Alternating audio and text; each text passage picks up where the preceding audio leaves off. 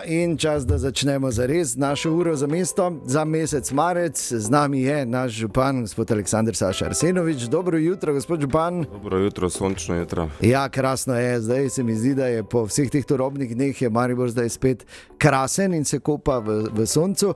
In, narava naredi svoje. Ja, absolutno. Tako da je še lepše. Vse lukne na cestah.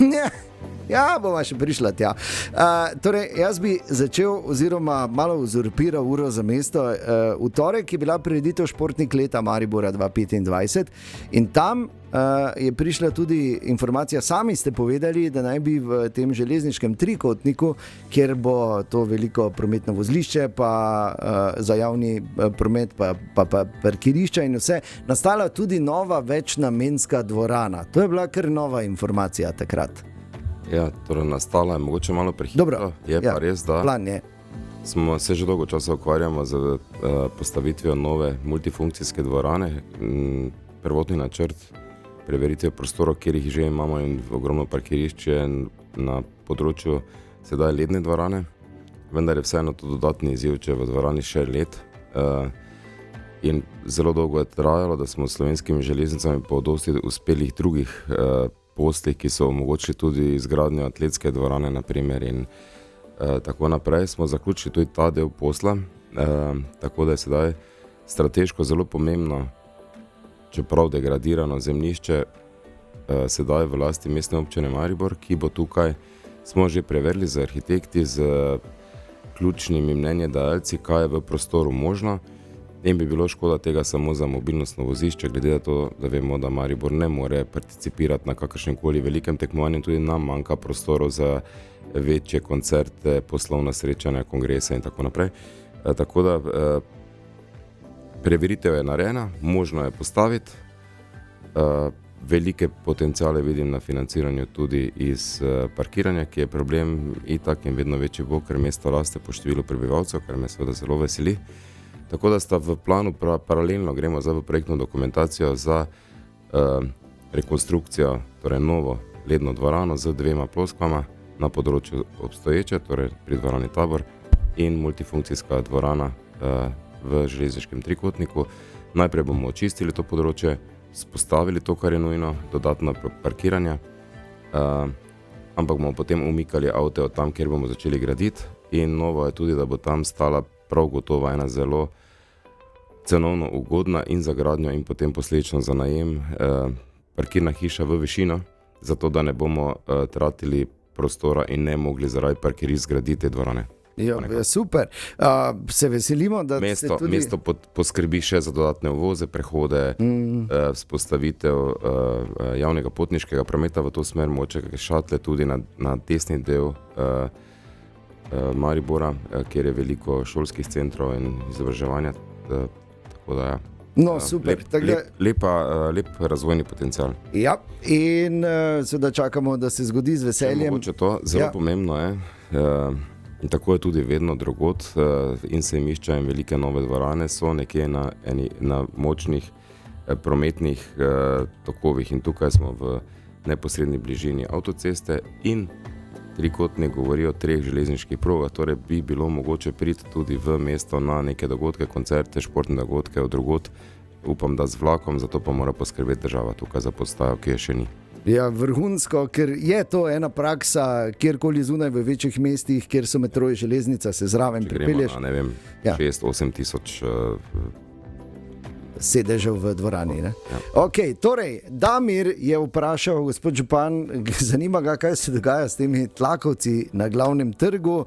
Vsake toliko časa se seveda tu dogaja ena obnova, sploh po zimi oziroma v spomladanskem času, in ali je trajna rešitev te problematike in ali se tudi že ve, kdo mora za to prevzeti odgovornost, če seveda ne gre za pač neko splošno situacijo. Ne sme biti splošna situacija, gre za zelo dobro rešitev, ki se imenuje tako imenovani kompozit, ki ga skušajo za tisti, ki niso kakega posla na občini dobili, spravljati v slabo luč.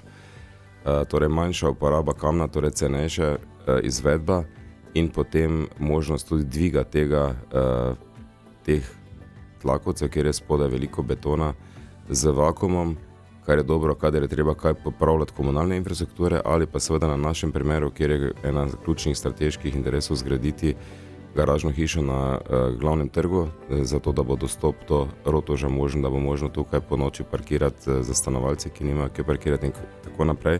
Zato smo vzeli to, kar je dobra praksa v Avstriji, podjetje Podlesnik je to odlično izvedlo, ampak očitno takrat v nekem trenutku so bili problemi z materiali, lepili in sedaj je tudi Zavod za gradbeništvo vključen, da vidimo, kje je osnovna napaka, ampak jaz tudi zahvaljujem podjetju, ki to vedno takoj, ko je treba, sanira na njihove stroške. Zaenkrat občina s tem nima stroška in upam, da bomo kmalu prišli do razloga in da bodo zamenjani tisti, ki so bili morda kdaj s kakšnim napačnim lepilom narejeni. Okay. Ni pa bilo možno tega delati prej, kot sedaj, ko seveda več ni snega, tako da upam, da bodo zdaj hitro naredili, gradbišče zaščiteno, da se malo manj praši po trgu in se veselimo vožnj G5-ke, vlakca in prehodov peš, brez da bo rožljalo pod nogami. Ja, ker je interesantno, sploh če človek pride zelo zgodaj zjutraj, pa sliši avtobus v tej tišini, ko gre, klek, točno to.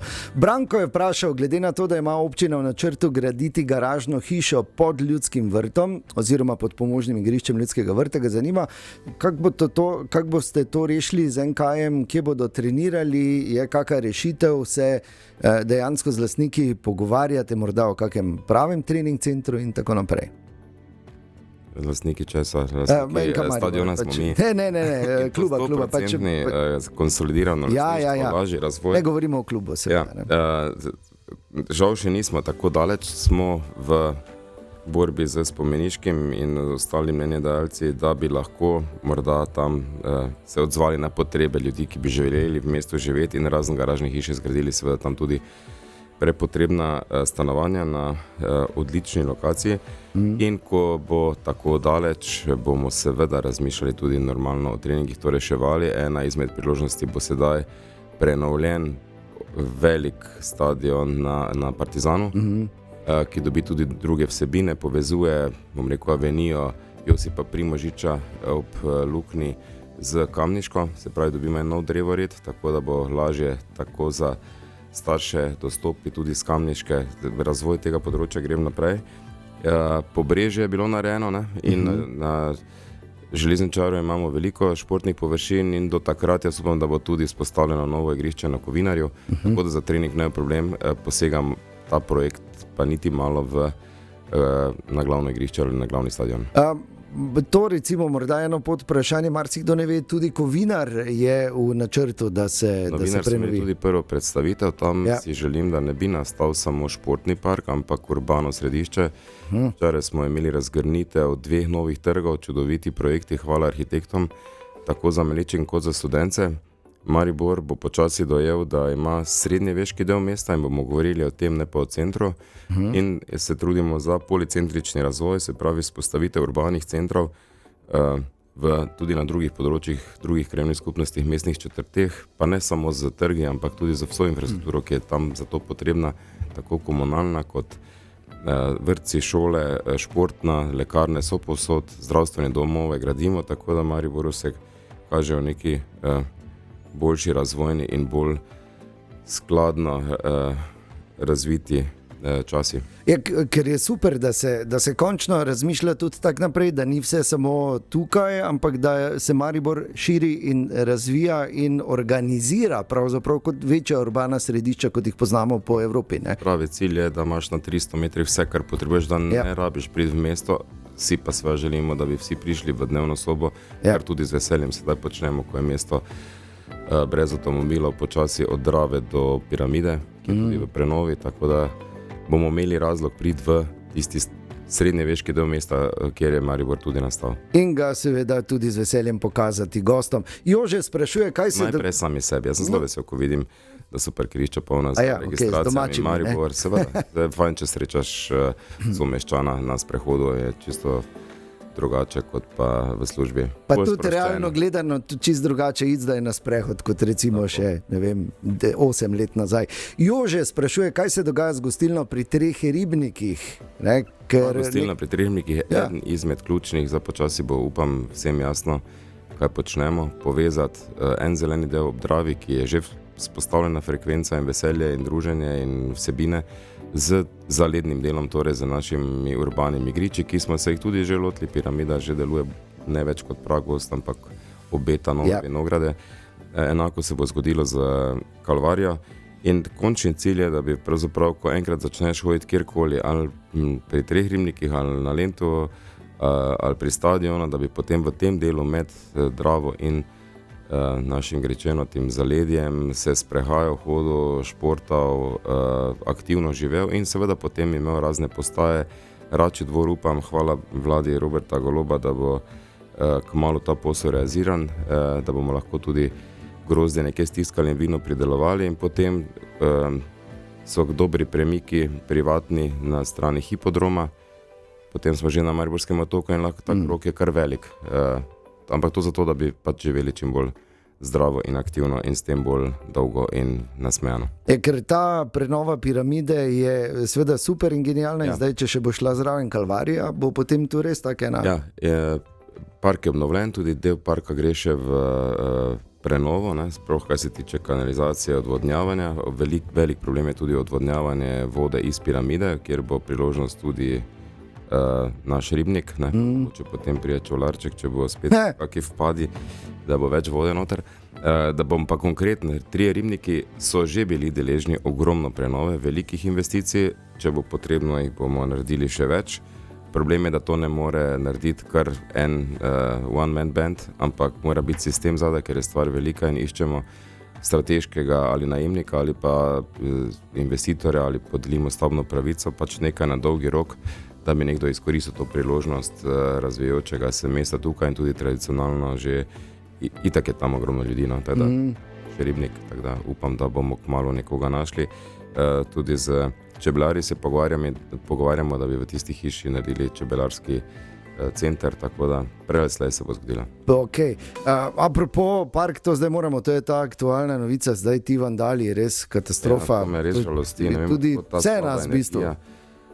To nezavedanje, da pravzaprav to počnejo sami sebi, saj tukaj doma, na koncu se mogoče njegova mama, babica ne bo mogla vsesti na klop, ali ne razumem te agresije. Predlagam malo več športa, malo več substanc, malo več pogovorov, manj zaslonske tehnike, malo manj gledati poročila in te nore vojne, res je. To želel biti del tega, da ne. No, nikoli.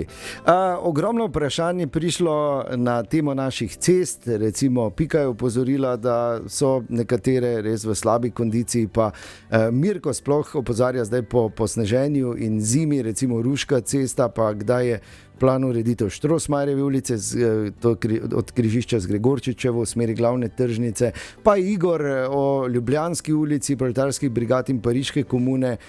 Ogromno je teh vprašanj povezanih z našimi cestami. Se strinjam in to bo tudi vedno tema. Že danes vem, da ceste nikoli ne bodo idealne, pač ker jih je dosti in ker so naše želje tukaj upravičeno tudi visoke.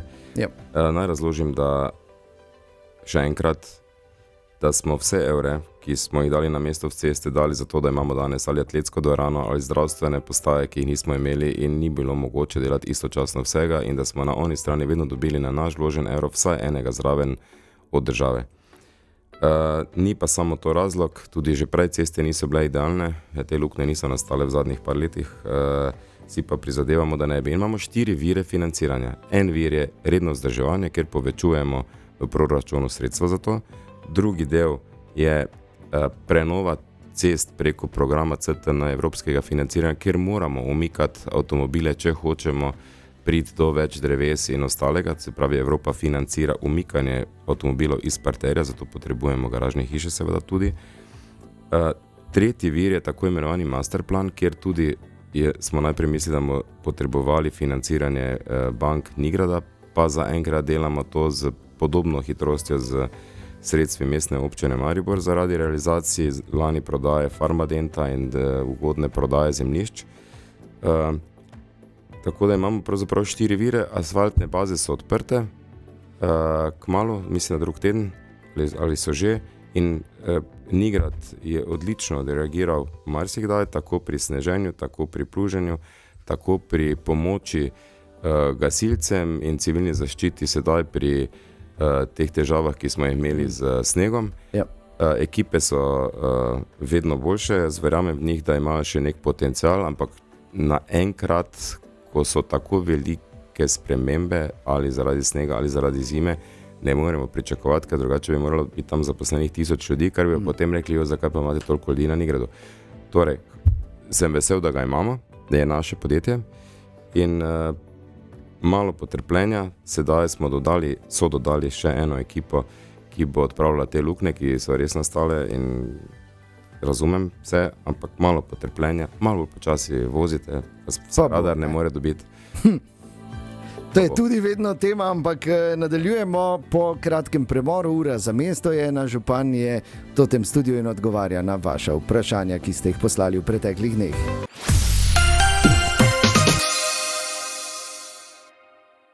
Tako poslušate Uro za mesto za mesec marec. Naš župan Aleksander Saša Arsenovič je še vedno v tem studiu in nadaljujemo. Gospod župan, Marija je vprašala, kaj bomo naredili glede praznih lokalov v središču mesta. Ne? Se pravi, ali se da tukaj narediti z nižjimi najemninami ali karkoli, da seveda obstajajo nakupovalni centri, ampak govorimo o tem srednjeveškem jedru in lokalih, ki so tu na voljo.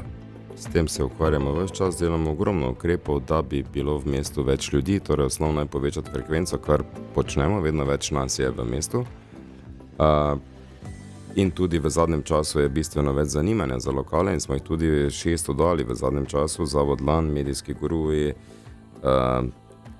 Barber, Mlinar, Kiosk številka 3 na Partizanski, so določeni premiki.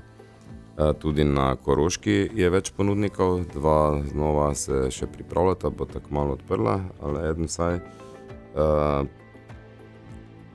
Fasade gredo v to smer, javni potniški promet je na G5. Vsi seveda to prizadevamo.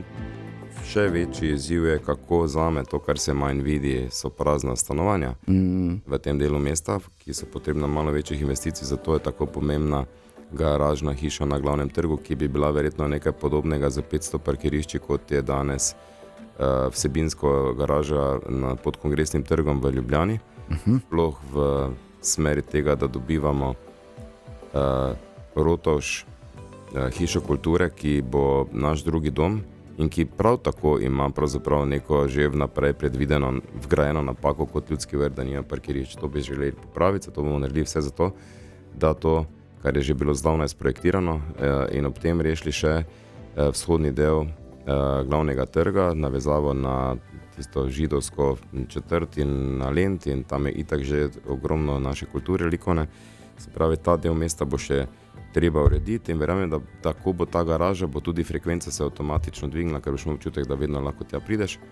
Čeprav si želim, da bi prišli večkrat peš s kolesom in z, in z javnim podjetjem. Ampak je pa tudi dejstvo, da bo potem verjetno lažje, ne? Ker zdaj tudi, če bi bila kakšna storitvena dejavnost, pa kakšne trgovine, vseeno pol moraš kar nekam nositi in vlačiti stvari. Ne? Trgovine in to pa vprašam jaz, koliko vas pa še gre vsaj v Europark ali klikate od doma, medtem ko gledate Facebook. Tako da je treba ene druge vsebine. Da je to širši problem, jaz si res prizadevam in tudi gre v en razpis, da bi vzpostavili to, kar pa znamo, rokodelsko, storitveno, umetniško dejavnost. To, ja.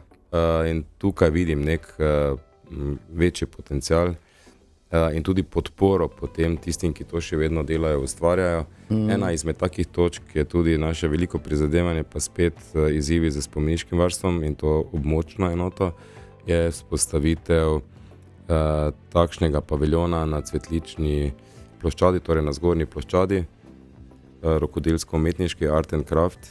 Ta bi tudi dal potem novi zagon celi Koroški in s tem seveda tudi drugim ulicam. Še vedno gre nova lekarna, najverjetneje, ki bo velika v mesto in tudi turizem naraste. Turisti so ponavadi malo bolj sproščeni, ker in trošijo tudi več, zato je tudi fajn, če jih je več, ker potem čez dan lažje mesto preživi.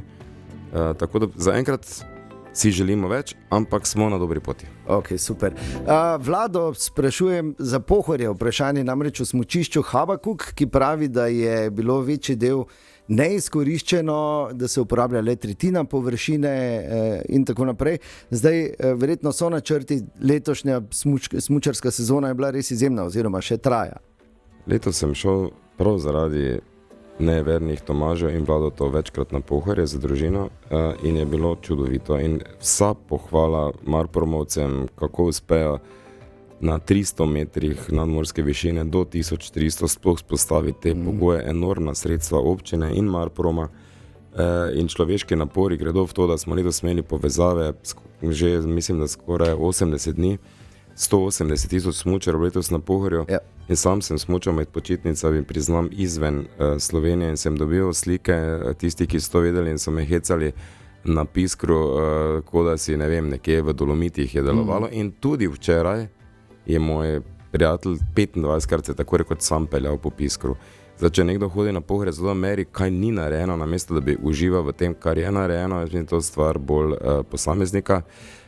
Teda čim več na Pohorje še vedno dela Pisker, javnim potniškim prometom lahko prijete tja, parkirišča so zagotovljena, vse je bilo super in če bi imeli lahko še kakšno leto takšno zimsko pravljico, da bi Maribor spet dal v ti zimsko sportnega središča, bi bilo za vse nas tudi na prejšnjo temo lokalov boljše. Ja. Irena sprašuje prenovljeno območje. Ja, še samo da se vrnem. In gremo z novimi akumulacijskimi jezeri za videc.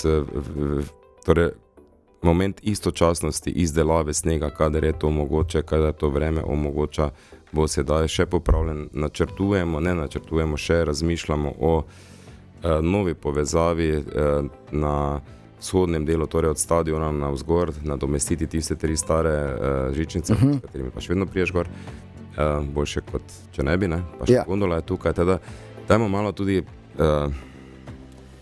nekega razumevanja, da nismo na 2500 metrih, ker narava naredi svoje, ampak da se borimo proti naravi in da je to drago in potem nijem rad te negativne energije. Raj, idite tja, kupite karto, fajn se mete, idite na golaž in uživajte naravo.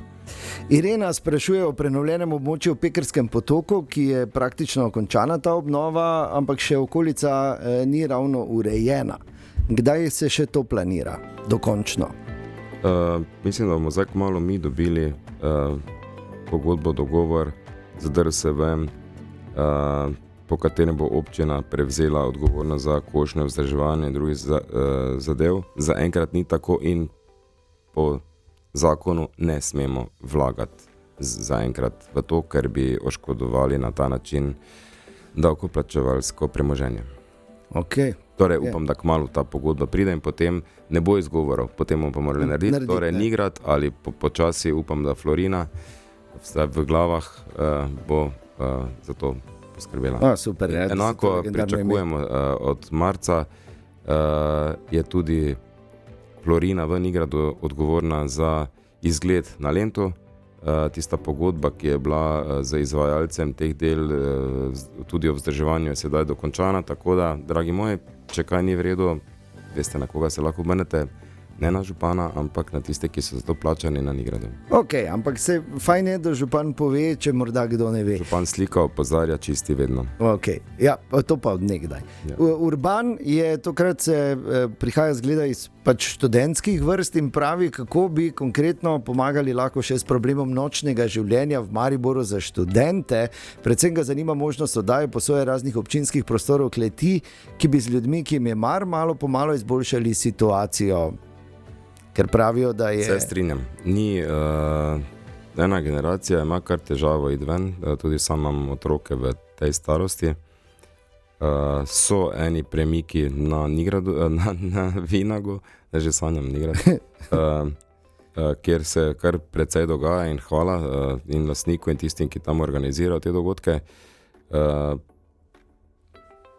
Čisto slabo ni, občina sama vlaga recimo za MKC skoraj 700,000, razpise smo dali za 220 ven na področju kulture in takih programov v mladinskem sektorju, ki bi delno lahko se tudi odzivali na to in morda mladi sami prirejali to, kar je zdaj v svetu in da to ne gre več po noči od 12 do 5 zjutraj, ampak da so to dnevni parti, kjer se prav tako lahko pleše in se manj moti speče in ostale, tako da si prizadevamo, kar se tudi vidi, upam, da čarobni Maribor je potekal 6 tednov, je bilo 18 brezplačnih koncertov, bilo je možno druženje, na Lentu se bo zdaj spet več dogajalo, food festivalov bo, ampak vemo, o čem govorimo o petku, soboti, ko nimaš skrbi, kar se tiče šole. Pozivam privatni sektor, da to naredi, kar je še vedno naredil. Upam, da kdo ne pričakuje, da bi občina še organizirala te. In bi župan vrtel z veseljem glasbo. Sabina je vprašala ta problem Labodo na Lentu.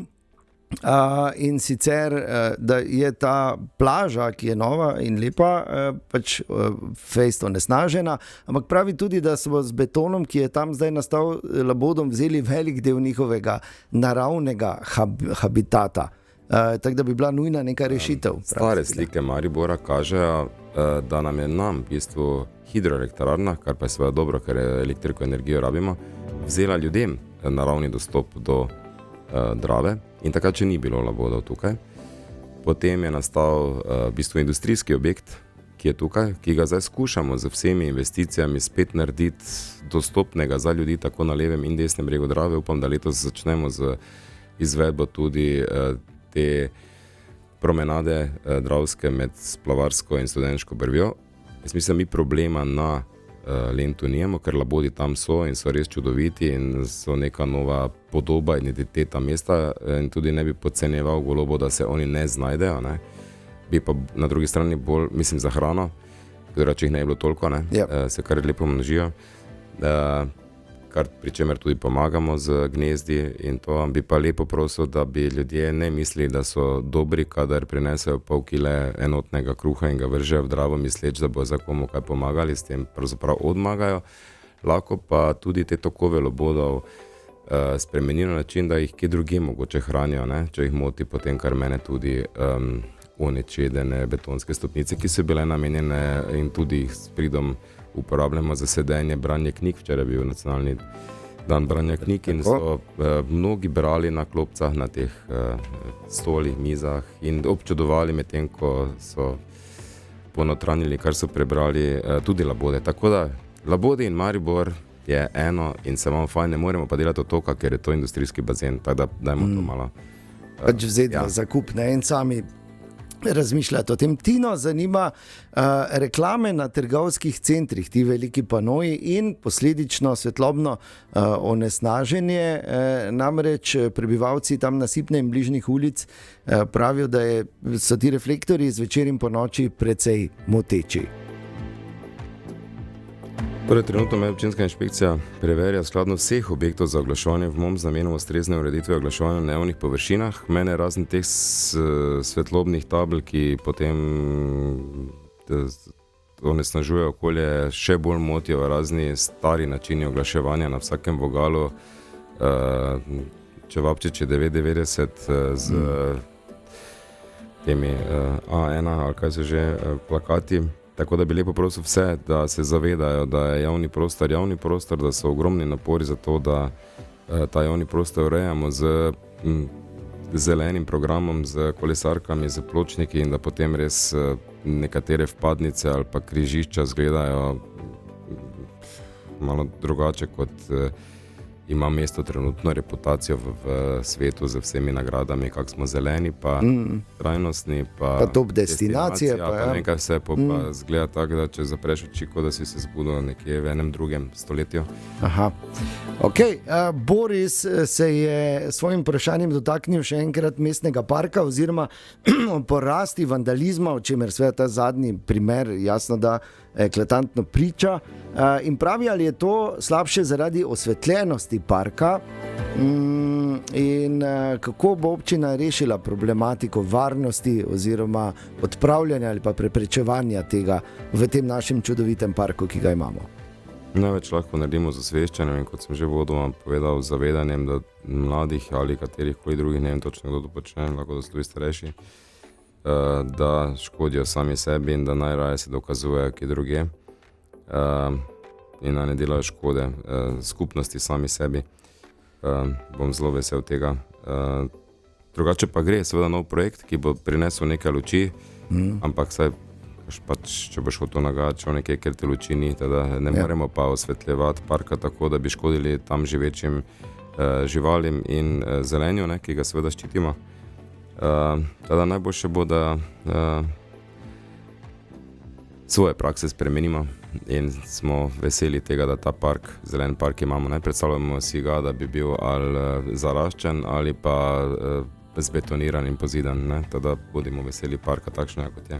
In ga čuvajmo. Gospod župan, ura je 15 minut pred 9, morda še ob koncu imate kako sporočilo za vse občanke in občane ob začetku meseca marca, čez 2 dni je seveda Svetovni dan žensk. Ja, čestitam vsem ženskam že naprej. Moške bi pa rad spomnil, ne, da je nedelja, pač mogoče ne bo svetlična nedelja, ne poskrbijo pravočasno za rožico, pozornost in izkaz ljubezni, pa potem tega ne delajo samo na 8. marec pa 14. februar, ampak še kdaj, ne, ker tudi svetličarne morajo preživeti, pa dobra energija s tem delimo, ljubezen, sodelovanje. Mesto bo sedaj spet bolj polno, dogodki si sledijo, gradnje si sledijo, prosim tudi za potrpežljivost, prične se gradnja Barvarske in Gospejne in še mnogih drugih stvari. Tezno zelo dobro napreduje, z Rotožem se ogromno ukvarjamo in vsebinsko in organizacijsko, gradnja tudi tam napreduje, teda smo na dobri poti, veliko je bilo sprejetih tudi OPPN za novo stanovanjsko gradnjo, verjamem, da bo privatni kapital to naredil, delamo stanovanjsko strategijo z CEB banko v želji, da bi tudi občina pričela z gradnjo stanovanj nekje v segmentu dostopnih, torej med socialnimi in tržnimi. Vse zato, da bo ta trend, ki ga imamo, povečanje števila prebivalcev v mestu in v regiji, torej regija Maribor iz 204 na 208 tisoč, Maribor iz 110 na 114, tako da smo na dobri poti. In, skupaj. Ja, tako je. In uspešen mesec marec želimo, gospod župan, pa lep vikend. Hvala lepa.